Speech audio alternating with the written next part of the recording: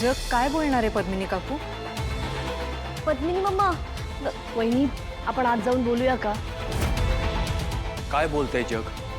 खांडेकरांच्या घराण्याची प्रतिष्ठा कितीही मोठी असली तरी सोयरीक मात्र खालच्या पातळीवरच्या लोकांची जोडली त्यांनी. खालच्या पातळीचा म्हणजे?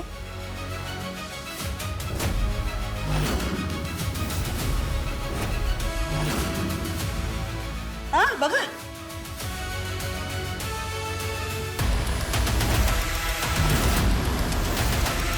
बघ, नीट बघ.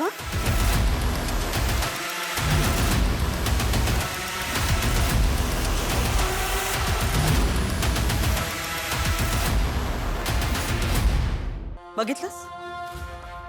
तुझ्यामुळे घडलंय हे सगळं. तुझ्यामुळे ह्या असल्या लोकांशी सोयरीक जोडावी लागली. एवढ्या दिवसात जे नाव, जी प्रतिष्ठा कमवली आपण, ती एका दिवसात या बेलसरेंनी धुळीला मिळवली. नाही नाही पद्मिनी काकू, तुम्हाला जसं दिसतंय तसं नाहीये. मी तुम्हाला समजवते. घेतली बाजू घेतली. मी म्हंटल होतं ना तुला, आपण तिला किती काही सांगा, ही त्यांचीच बाजू घेणार. स्वतःच्या हाताने स्वतःची व्रत अख्ख्या जगासमोर उघडी पडली त्या मुलीने, तरी तुझे डोळे उघडत नाहीये. आपल्या ह्यायांची बातमी आपल्या चॅनलवरून प्रसारित करावी लागणार आहे आपल्याला. असले उद्योग करून ठेवलेत त्या मुलीने. नाही नाही पद्मिनी काकू, अहो तसं नाहीये. अहो काव्याचे फोटो. ती मुलगी कशी आहे मला चांगलंच माहिती. केदारचं लग्न झालं असलं तरी त्याच्या जवळजवळ जाण्याचा प्रयत्न करत होती, तेही आपल्याच घरात. बघितलं होतं सगळ्यांनी, बघितलेलं ना. आणि होळीच्या दिवशी भांग पिऊन काय तमाशा केला हे तू तर नीटच बघितलं होतंस, बरोबर ना? आणि तू हे फोटोजचं प्रकरण माहितीये तुला?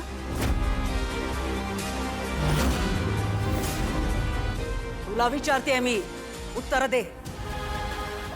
हो. हो काय? मग आम्हाला कोण सांगणार?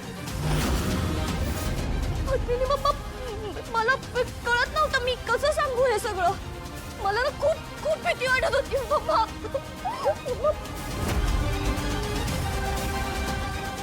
माझी बहीण आहे आणि माझी बहीण असून पण ती असं कसं वागू शकते? सोशल मीडियावर काय काय कमेंट करतात लोक. मम्मा, आता तिच्यामुळे खांडेकरांना सुद्धा लोक बोलतील. मला लाज वाटते तिला बहीण म्हणून घ्यायची सुद्धा.